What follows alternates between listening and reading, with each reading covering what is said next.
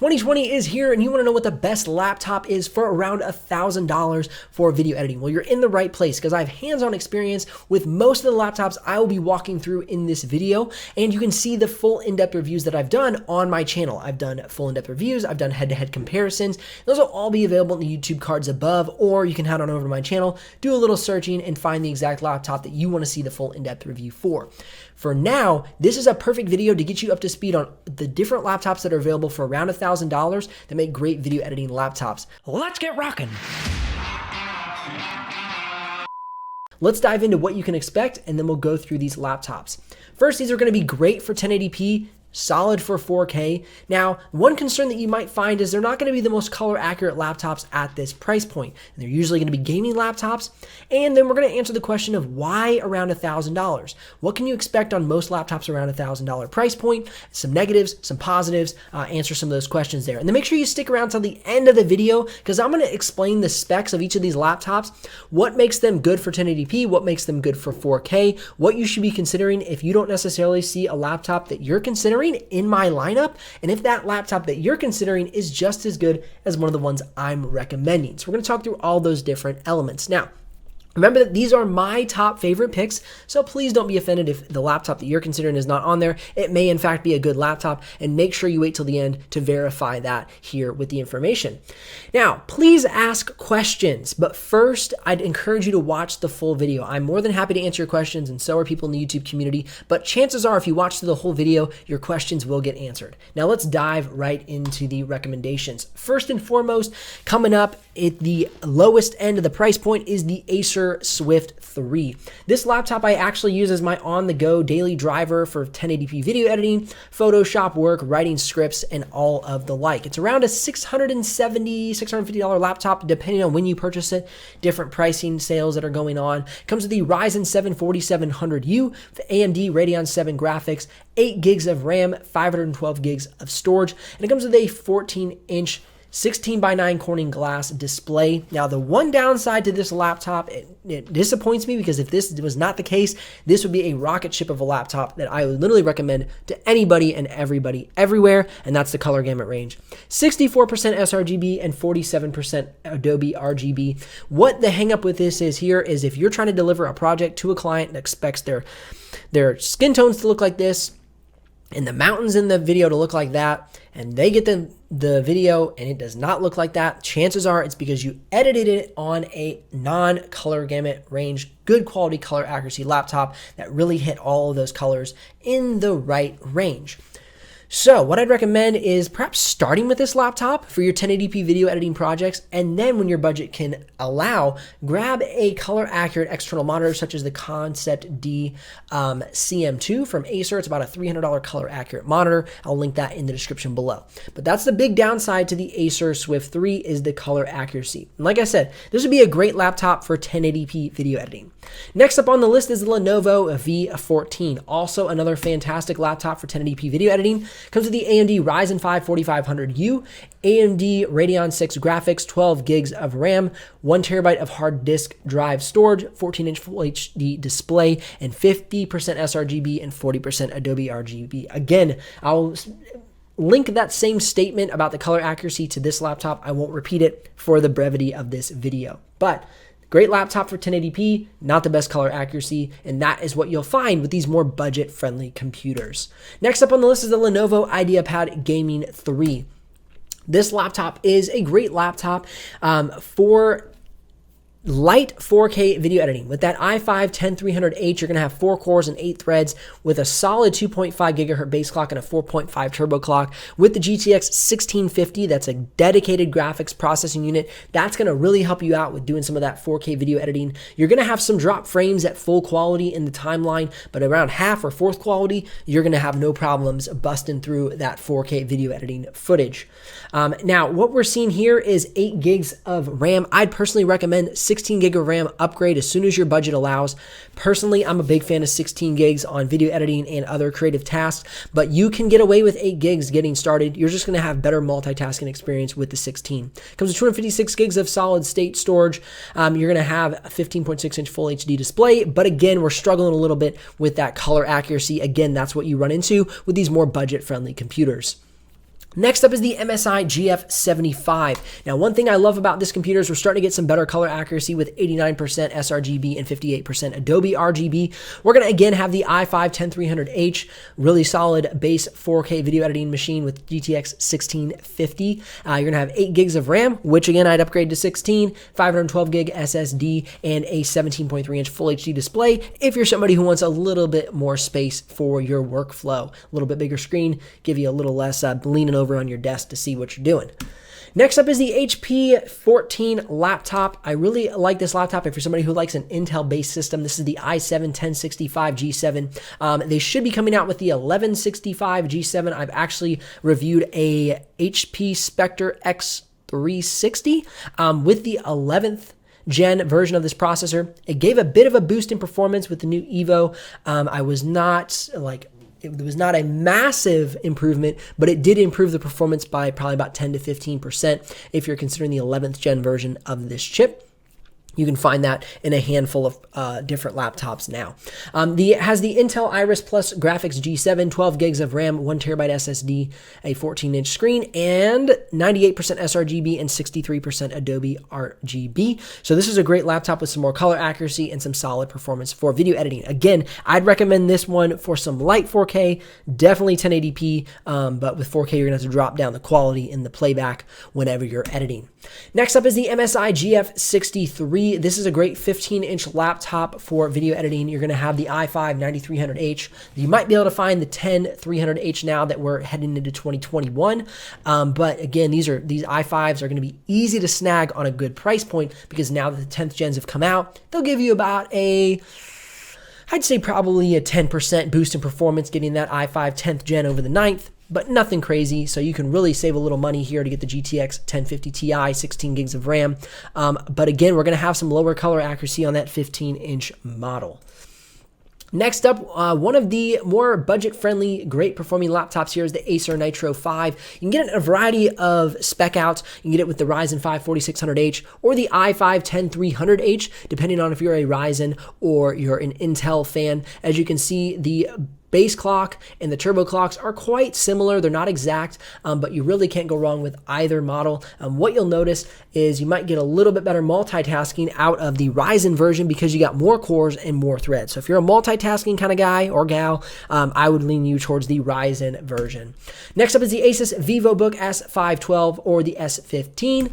What we have here is the i7-10510U with the MX250, the NVIDIA GeForce MX250. This is going to be a good 1080p video editing laptop. And the reason I'm including this one is because it'd be a nice thin and light on-the-go laptop, something similar to, say, the Swift 3, but this is an Asus version with an i7 processor. Next up is in Lenovo IdeaPad L340, another good, more lower end of the price point as far as, under that $1,000 price point. We have the i5-9300H with the GTX 1650, 16 gigs of RAM, 512 gig SSD, and we have the 63% sRGB and 40% Adobe RGB. I'd say you're sitting with this one, a little bit of 4K, definitely some killer 1080p video editing, and some motion graphics on those 1080p will do you quite well. As we move up the line of the price point, we're going to see the color accuracy slightly improve from laptop to laptop, but like I've mentioned, when it comes to these more under $1,000 or around $1,000 price point, the big area you're going to struggle with is color accuracy. You're going to get the performance that you're looking for, most likely for around that $1,000 price point, but the color gamut range is something that your laptop's going to struggle with under the $1,000 or around the $1,000. Next up is the Lenovo Legion models. So we have a variety of models here. One thing I'll mention is if you want to get color accuracy on any of these models, make sure you're getting the 144 hertz version of the screen. That's going to make the laptop a little bit more pricey. It's going to bump up to around $1,200 if I'm not mistaken. But if you don't care about color accuracy, any of these laptops here for around or under that $1,000 price point is going to be a good buy. But if you get the 120 hertz screen variant, you're going to have a low color accuracy, just like some of the laptops or most of the laptops we've seen thus far. Okay, next up we have HP coming in hot with the HP Pavilion gaming laptop. I like both of these laptops. Personally, I would lean towards the i7-10750, especially for the extra $100. You're going to get a better processor, faster performance, better playback, and you're still going to be good with this 1660 Ti Max Q. This is actually a less powerful GPU than this standard Ti. The Ti Max Q is a more mobile version. And what I like about these laptops is you got a much better color accuracy. You got a 94% sRGB and a 60% Adobe RGB. So for the $1,000 price point, this is one of my top picks, especially that it has a solid color accuracy. Answering your question, so let's talk through this. What makes a good video editing laptop? Should I pick laptop X? So let's say, a lot of people are wondering, hey, I didn't see you mention my laptop. Is this laptop good? So I'll talk through that in a second here. What do you gain from spending more money? It doesn't matter. Should you spend more money? And then the reasons that I personally spend more money on a laptop than that $1,000 price point. And so we're going to talk through these questions here, and then we're going to get into the specs and talk about why I recommend certain specs and what you can expect at each level, so you know why it's important to have a GPU, why it's important to have a certain amount of RAM. But let's go ahead and pop through these first questions right off the get. And that's right here. Okay, so what makes a good video editing laptop? A good video editing laptop has good playback in the timeline. And so what you're going to see is if you have a video editing laptop that does not have a dedicated GPU, it's going to lead to drop frames in the timeline. So say, for instance, that Swift 3. If you try and put that Swift 3 at full quality playback, at 4K, if my memory serves me right, out of 16,177 frames, you're going to drop over 15,000 frames, which means as you click play on the timeline in your video editing in Premiere Pro, it's going to be like this as you're trying to edit the clip, and it's going to be a terrible experience. Now, bump that down to fourth, bump it down to half quality. You might get a little bit better play as it goes through the timeline, and you're going to be a little bit smoother, but it's not going to be a smooth experience. Okay, as you get into a more expensive laptop, let me make sure I'm still answering the right question, the GPU. So as you get into a more expensive laptop, you're going to start having a dedicated GPU. The dedicated GPU is going to take some of that workload. So the CPU is going to say, hey, these are some graphical processing tasks. I'm going to push that off to the GPU, and that's what it does well. That's what it does best. And it's going to process the graphics and give me a smooth timeline playback.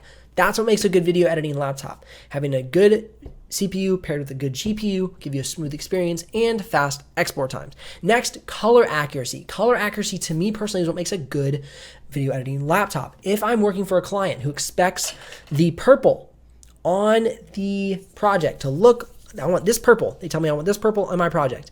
And my laptop is not color accurate, and I think that on my laptop, look at that, I'm cross-eyed now. And my laptop is not showing this purple. My laptop is showing this purple, and they take it to their computer, which possibly is color accurate. Let's say it's an iPhone or they're on a Mac and they have good color accuracy. They're gonna be like, wait, Ben, that's not the purple I wanted. Color accuracy, very important. Happy clients, as they say, happy wife, happy life, or happy clients, happy money, pocket, book stuff. Okay, should I pick laptop X? So I have a lot of people, sorry, my hair is crazy. I'm trying to grow it out right now, and it's just fluffy as all get out. Soon I'll be able to tie it back and it'll be good. Anyway, should I pick laptop X? So here's the thing. If you are curious about a laptop and you've looked at the laptops I've recommended, take the time to look at the specs of the laptop you're considering compared to the specs of the laptops I'm considering, because there's only so many combinations of specs. And if you've seen me go through this video and I said, hey, this is a great laptop for some light 4K and some 1080p, then you'll know if your laptop matches those specs that, okay, I'm making a good decision. Now, feel free to comment below and ask me. I'm more than happy, or somebody in the community is more than happy to answer your question. But coming up here in just a second, we're going to talk more about the CPU, the GPU, the RAM, and the storage. And maybe that'll answer your question a little bit more, so hang tight. Okay, next is, what do you gain by spending more money? As mentioned earlier in answering the first question, what you gain by spending more money is a dedicated GPU. You get more battery life, usually, not always, but usually. You get better color accuracy, and you get better build materials. So you're going to have a more durable laptop. It's probably going to be a little bit lighter. It's going to perform a little bit more, and it's going to have better color accuracy. That's what you get by spending more money.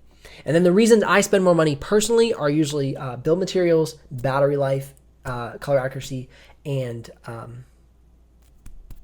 build materials, battery life, color accuracy, and then is it thin and light? I always enjoy a laptop being thin and light. Okay, next up is we're going to talk about through the CPU, the GPU, the RAM, and the storage. So not all CPUs are created equally. This is very important, and I talk about this in a lot of my videos because as creators, a lot of times we just want to get a computer and get to work. But if you don't pay attention to what your computer has in it internally, you might get left with a computer that underperforms. For example, an i7-8650U versus an i7-9750H or an i7-10750H. That is a vastly different processor. The i7-10750H is going to be a killer video editing computer. The i7-8650U, trash, as they say in Toy Story. All right, it's not going to be good. It's going to be a Photoshop computer. It'll be, maybe some light 1080p video editing, but it's just not, it wasn't a great processor. It was a mobile processor. It was built for business and office work and emailing and Excel spreadsheets. It was not built for high performance video editing or motion graphics. Whereas that i7-9750 or 10750H, that H processor was built very well. So CPU, here's my recommendations. If you're somebody looking for a video editing computer, I would recommend to you an i7-1065G7 or i7-1165G7. Okay, that's not a mobile processor. It's kind of a hybrid between because it has the integrated, higher improved integrated graphics. Okay, I'd also recommend something like an i7-10710U. But a lot of times that processor comes with a dedicated GPU. For instance, the MSI Prestige 15. That laptop has a dedicated GPU. I think it's the GTX 1650 complemented with a mobile processor. That rarely happens. So if you see a mobile processor without a dedicated GPU, you're going to have a laptop that doesn't perform extremely well inside of video editing. Okay, so here, let's talk about it real quick. i7-9750H or 10750H, i7-10875H, i5-10300H. These are great Intel processors for video editing. On the Ryzen side, Ryzen 5 4600H, great processor. Ryzen 7 4800H, 4800HS, great processor. Ryzen 9 4900HS, 4900H, great processors. You can also get away with something like the Ryzen 7 4700U if you're doing light 1080p video editing, for instance, in the Acer Swift 3.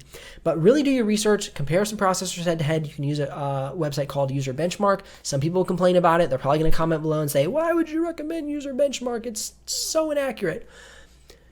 It gives you a gauge on what is apples to apples or oranges to oranges. It's not going to be vastly off. It might not be perfect, but it'll at least tell you if you compare a i7-8650U versus a Ryzen 5 4600H, that clearly that Ryzen 5 4600H is better. That's why I tell you to use User Benchmark, so you can at least get yourself in the ballpark. Okay, that was a ton of time talking about CPUs. Let's talk about GPUs. Why is a GPU important? So GPU is important because the CPU instructs the GPU to handle graphical tasks, okay? So what it allows the CPU to do is free itself of graphical processing. So if you're using motion graphics, or you're editing 1080p or 4K video editing, the GPU will offload from the CPU all of those graphical tasks.